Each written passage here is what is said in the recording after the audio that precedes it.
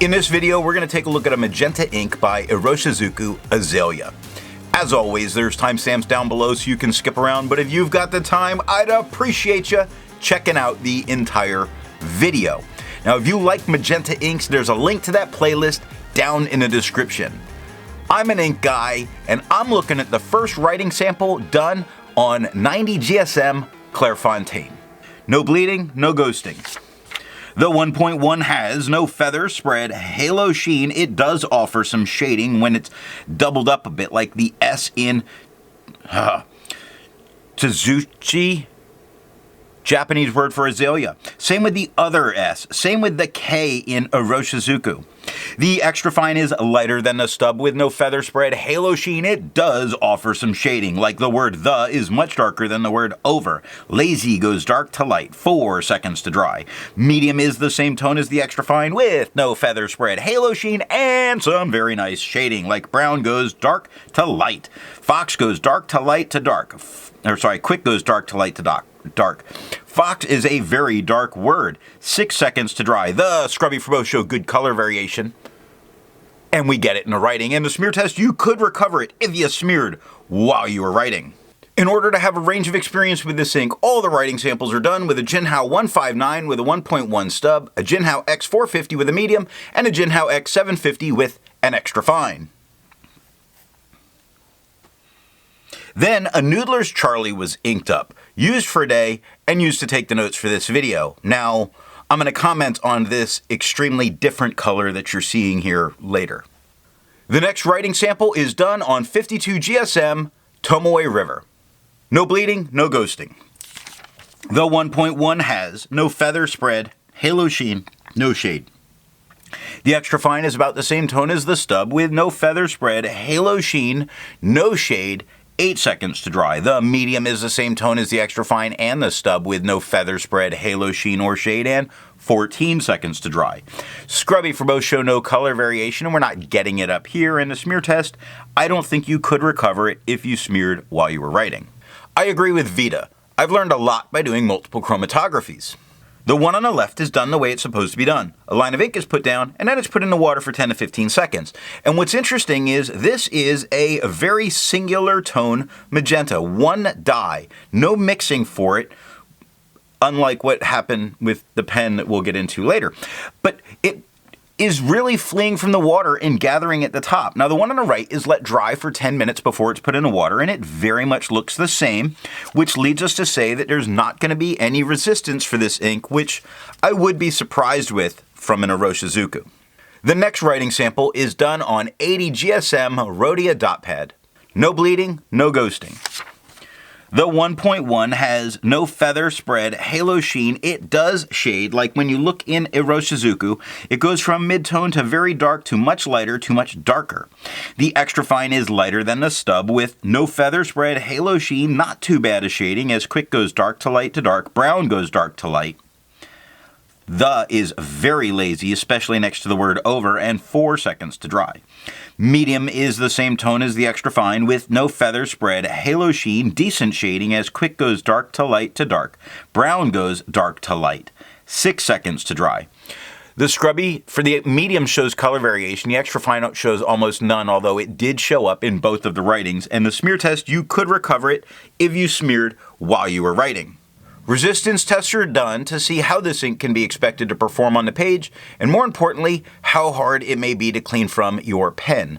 The smear is allowed to dry for 3 days before testing. Looking at the highlighter, I would not use this at all if I needed to go back and highlight because you are losing a ton of it. Not unexpected based on a chromatography. As we travel across this swab, you see this gold sheen that shows up, which is very interesting, but it never comes through in any of the writing, which is kind of a reason I don't trust swabs. Water is reactivating and lifting most of it, leaving a very, very light pinkish tone there. Now, that's left on the paper, but I didn't have trouble getting this out of my pen. Pen flush does everything that water does, nothing more. Very funny that there's a transfer of being sloppy of the blue, which we'll get into again later. Ooh, the suspense. I didn't need pen flush, it only took water. The 1/3 bleach solution completely obliterates it from the page, but you're not going to need it to get this out of your pen. The next writing sample is done on Nemacine paper. No bleeding, no ghosting.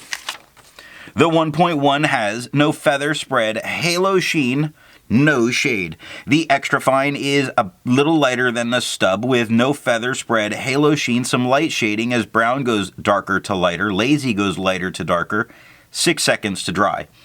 Medium is about the same tone as the extra fine with no feather spread, halo sheen, some light shading, brown goes lighter to or darker to lighter. Lazy gets much lighter at the Y than it did in the rest of the word, 7 seconds to dry. Scrubby for both shows some decent color variation, and we are getting it in the writing, and the smear test, you could recover it if you smeared while you were writing.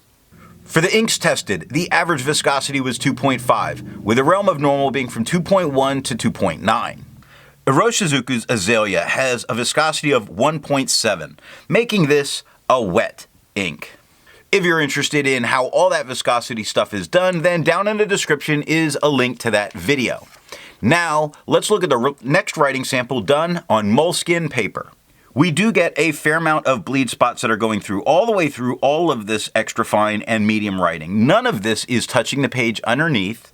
It does create a lot of ghosting, but I don't think it would stop most people from using the back of this paper. I think it's pretty good for this paper, honestly. The medium has tiny feathering all over it, not the end of the world, not something that would stop you from using this. Not nearly as much feathering in the Pilot Eero on top, though. Really very good. No spread, no halo, no sheen, no shade. Great performance here. The extra fine is the same tone as the stub with no feather spread, halo sheen, no shade, 3 seconds to dry. Fantastic one. The scrubby shows no color variation and we're not getting it. In a smear test, you could definitely recover if you smeared while you were writing. For the inks tested, the average dry time was 17 seconds, and the realm of normal was 13 to 21 seconds. Iroshizuku's Azalea has an average dry time of 7 seconds, making this a very fast drying ink. The last writing sample is done on 20-pound copy paper. Now there's no need to go circling all of the bleeding and ghosting spots. It fully happens here. A lot of ghosting as a result of the deep seeding into the paper.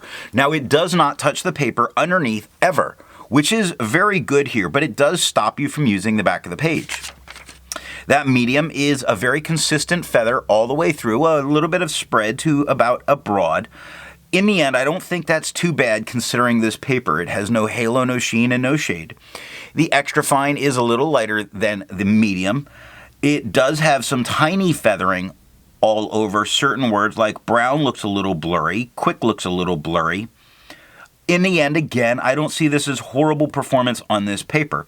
It does spread to about a fine with no halo sheen, no shade, 1 second to dry. The scrubby shows no color variation. We didn't get any, and the smear test, you could definitely recover it if you smeared while you were writing.